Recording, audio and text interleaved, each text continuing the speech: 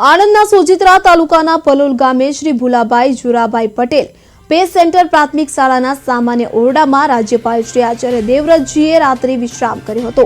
સામાન્ય સુવિધાઓ ધરાવતા શાળાના ઓરડામાં સાદગીપૂર્ણ રાત્રિ વિશ્રામ દરમિયાન રાજ્યપાલ શ્રીએ ગ્રામ્ય સંસ્કૃતિ અને ગ્રામ જીવનને નજીકથી જાણવાનો અનુભવ કર્યો હતો। તો આજે સવારે વહેલા ઉઠીને રાજ્યપાલ શ્રીએ શાળાના ઓરડામાં જ યોગ પ્રાણાયામ સાથે તેમના દિવસની શરૂઆત કરી હતી। રાજ્યપાલ શ્રીએ સવારમાં પ્રાથમિક શાળામાં આવેલા વિદ્યાર્થીઓના કક્ષમાં પહોંચીને તેમની સાથે વાર્તાલાપ પણ કર્યો હતો।